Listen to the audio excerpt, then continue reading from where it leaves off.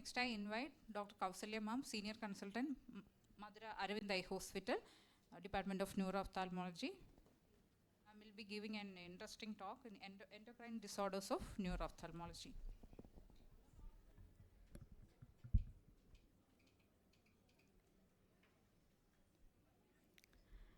Good morning, everybody. At the outset, I would like to thank Dr. Gemini, Dr. Bastin, and the organizing committee for inviting me here. This is an interesting topic and little unusual, endocrinological disorders in neuro-ophthalmology. So we'll cover few like what are the disorders of pancreas, thyroid, pituitary, and most of it will be a repetition what my previous speakers have spoken. So the human eye provides valuable clues for the recognition and management of many systemic diseases. So in neuro-ophthalmology, it's a beautiful field where you have to talk to the patient, ask history, and from the history itself, most of the diagnosis is made. And more importantly, systemic illness is very, very important. Many a times when you ask the patient whether you have diabetes or hypertension or a thyroid problem, patient will say no because they are under medication. But if you ask like what all medications are you taking, then they will pull out everything. So that's how we get misguided. So why the systemic illness is more important is based on systemic diseases, and because of systemic conditions, we get many neuro-ophthalmologic diseases. So this question, like if there are any students over here, are you on any medications? That is the only, that is the most important question you have to ask all your patients. So we'll go to the pancreas first.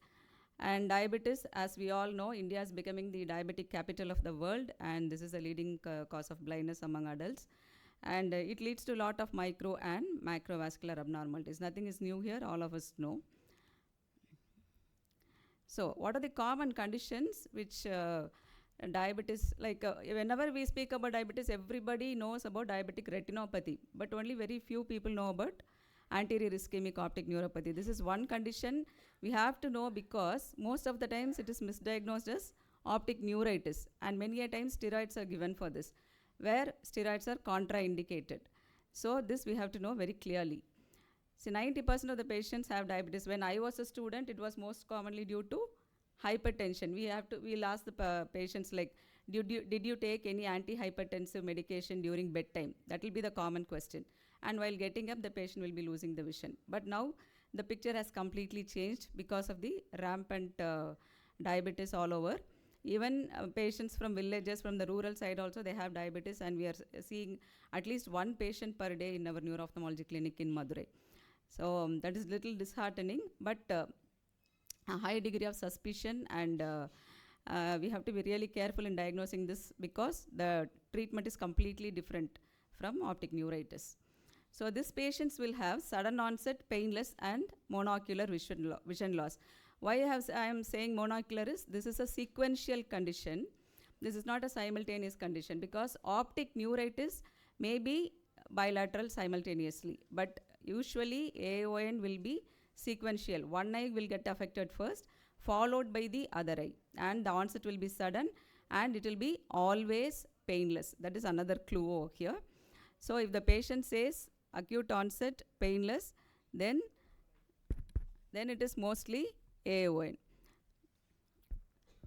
So when you see the color vision will be defective, and central fields, there will be altitudinal field defect. If you can see here, this altitudinal field defect is very typical of AON, and anywhere else we will not see this type of field defect. So this is very important. And the fundus, if you see, there will be pallid disc edema, pallor plus edema because it is due to ischemia. So diabetes is strongly associated with AON in younger patients, and always there is a risk of AON in the fellow eye. So we have to keep a watch on them regularly, and we have to tell them to strictly control diabetes and look for complications in the other eye. And one more thing in the other eye, what we have to see is crowded optic disc or disc at risk. So disc at risk, this is the crowded optic disc or the disc at risk, where there will be a small physiological cup and elevation of the disc margin with a thick RNFL. So if it is there, definitely that patient is going to get AON in a few days or months or years time. So we have to inform them to be very, very clear about strict diabetes control. So, and all of us know about nerve palsies. The most common cause for sixth nerve palsy, pupil sparing third nerve palsy is diabetes. And Abducens nerve is the most commonly affected nerve. Any new onset double vision, here you can see the sixth nerve palsy with abduction restriction. The spontaneous resolution occurs within 8 to 12 weeks only with the control of diabetes. So all of these patients you have to ask for main investigation is HbA1c, because most of the times we do random blood sugar and it comes as like 130, 135, and you think the patient is not a diabetic because that patient will be not a known diabetic. You check the blood sugar in the clinic and it will be around 130, 135, and if you check the HbA1c it will be 9 or 10. So we should not be missing diabetes just by doing a random blood sugar. So please do HbA1c for all your patients where you suspect diabetes. That is very important. And in all cases of sixth nerve palsy nowadays we are doing MRI with MR angiography. As my previous speakers have spoken, Dr. Gemini and Dr. Srilekha, aneurysms. ICA aneurysm is one of the most important cause of sixth nerve palsy. So MR angiogram is a must. And another thing is sixth nerve palsy is otherwise called as tumor nerve, so we do imaging for all the patients. And third nerve palsy is another cranial mononeuropathy which is common due to diabetes, and usually it will be pupil sparing. This is because of increased duration of diabetes, uncontrolled glucose levels, and advanced age of the patient. And this is very important, cavernous sinus syndrome or the SOF syndrome, where there will be multiple cranial nerve involvement. 3, 4, 6 will be involved. Along with this, if second nerve is also involved and the vision is lost, then it is called orbital apex syndrome. I'll take few more minutes. Yes. And diabetic papillopathy is also another interesting condition where it is seen in uncontrolled diabetes. So I just want to emphasize about this condition. These patients will complain of mild blurring of vision. And if you check the vision, it will be 6/6. And if you check the fundus, there will be mild disc edema with mild hyperemia. Everything will be mild. And if they control the diabetes, everything will fall in place. So it should not be mistaken for any optic neuritis, and we should not be in a hurry to give IV steroids.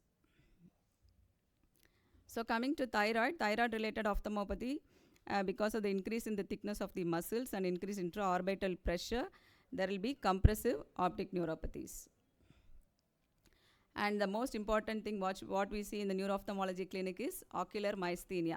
So in all cases of ocular myasthenia, thyroid function test is mandatory along with the CT thorax to rule out thymoma, another endocrine abnormality.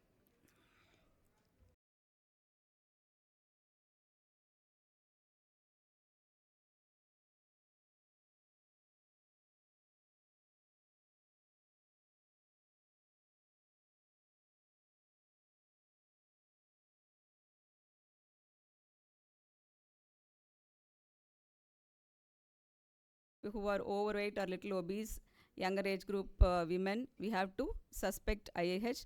Definitely do a thyroid function test which comprises of T3, T4 and TSH. And for all the patients, along with MRI, venogram is also mandatory to rule out CVT, that is cortical venous sinus thrombosis. And initially we give or treat with oral acetazolamide tablets, and if it is not improving, lumbar puncture and further management. So just one patient, a 54-year-old male with the right eye defective vision since 1 week. Visual acuity was 660 in the right eye and left eye 6.6, and right eye showed RAPD. Fundus was almost normal. And there was an altitudinal field loss in the right eye. And we did MRI brain because there was a sudden, means it was an unexplained vision loss. But the MRI showed diffuse white matter changes. Nothing, no tumor, no optic neuritis, nothing. So it was a different picture. And finally we came to know that the serum calcium levels were low, and the patient also had neurological deficits like difficulties in initiating speech, occasional double vision, cramps, all those things. So this calcium gave us a clue towards the diagnosis. It was optic neuritis secondary to primary hypoparathyroidism. This entity also exists.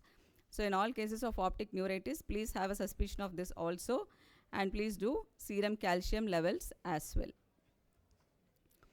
And again, not only optic neuritis, papilledema also can be caused by hypoparathyroidism like hypothyroidism. That is again because of the increased CSF production. So in cases of unexplained papilledema or optic neuritis, please check serum calcium levels. And pituitary tumors. We have lot of pituitary tumors, and pituitary adenoma is the most common intracranial tumor which cause any neuroophthalmic manifestation. Initially, the patient will be having temporal pallor with bitemporal hemianopia, and if not treated, the tumor will grow, compress more, and will end up in primary optic atrophy. So this can be a secreting tumor or a non-secreting tumor. Here you can see the sella, and here you can see the pituitary tumor which is compressing the sella and the chiasm. So this is a short video showing how pituitary tumor enlarges and compresses the optic chiasm. The tumor is growing and compressing the optic nerve. So the most saddening part in this is, this is a preventable blindness. Many patients, they come to us very late, and so we are not able to save them. So if they come early, and if we can diagnose early, then this blindness can be prevented. Even a mild temporal pallor, please take it from me, do not miss it. Do a MRI brain to rule out any cellular or supracellular tumor. And based on the MRI findings and other things, we can plan the management. So, and pituitary apoplexy is an emergency condition which occurs in pituitary tumor. Here you can see the hemorrhage or infarction of the pituitary gland in a pre-existing pituitary macroadenoma. These patients will have severe sudden onset headache and vision loss with extraocular nerve palsies. This will be an emergency condition again, like GCA. So this is another interesting patient we had in our OPD, a 45-year-old male. He was from Nepal. He was working as a Gurkha in Madurai. And he had sudden onset of headache and vomiting of 10 days duration with diminution of vision in both eyes of 1 week, along with drooping of the eyelids. He was brought by his relative, and if you see, the vision was very less in both eyes, PL plus and 1/60, with complete ptosis, with complete restriction of the movements in both eyes. We just did a MRI, and it showed pituitary macroadenoma with apoplexy, and he was immediately shifted to a neurosurgery facility, and he was operated, and he recovered. Another interesting thing and most important thing as for all women is she has postpartum necrosis. There is the pregnancy increases vascular risk, and we all know ischemic necrosis of the gland is induced by a postpartum condition, and there will be lack of lactation and all these things. And MRI brain, if you do, you can see a posteriorly compressed pituitary gland and a partially empty sella. And another most important thing is metastasis. In neuro-ophthalmology, metastasis also plays a very crucial role. Many a times the patient comes with a nerve palsy or any other optic neuritis kind of a thing, or mild temporal pallor, and when we do a imaging, there will be secondaries in the brain, and if we search for the primary, that your radiologist will find out some tumors, some cancer sitting in the lung or a breast or somewhere else. So metastasis is also very common nowadays, and depending on the primary malignancy, the management varies.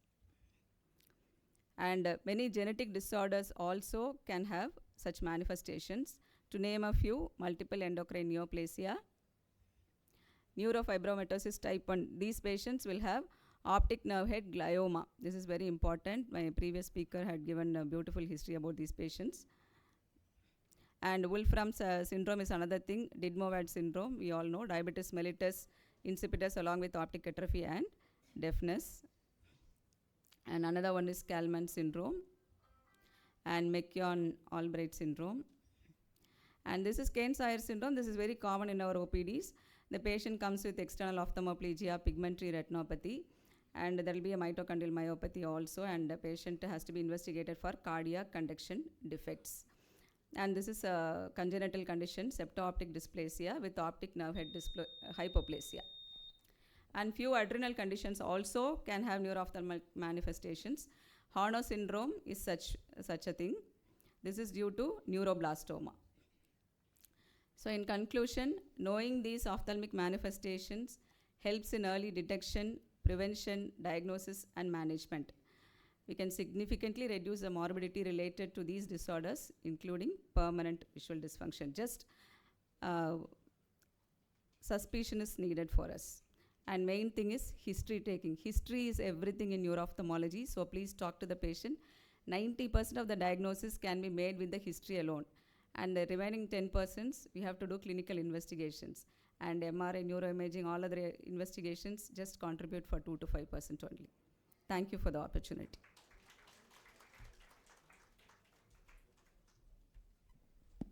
Thank you, ma'am. Thank you very much for the excellent talk. That itself on a rare topic, endocrine disorders disorders in neuro-ophthalmology. Your talk actually enlightened us also. Usually in endocrine disorders, we think about thyroid and pituitary lesions, and parathyroid and other even pancreatic lesions also can produce multiple endocrine, means neuro-ophthalmological conditions. Thank you for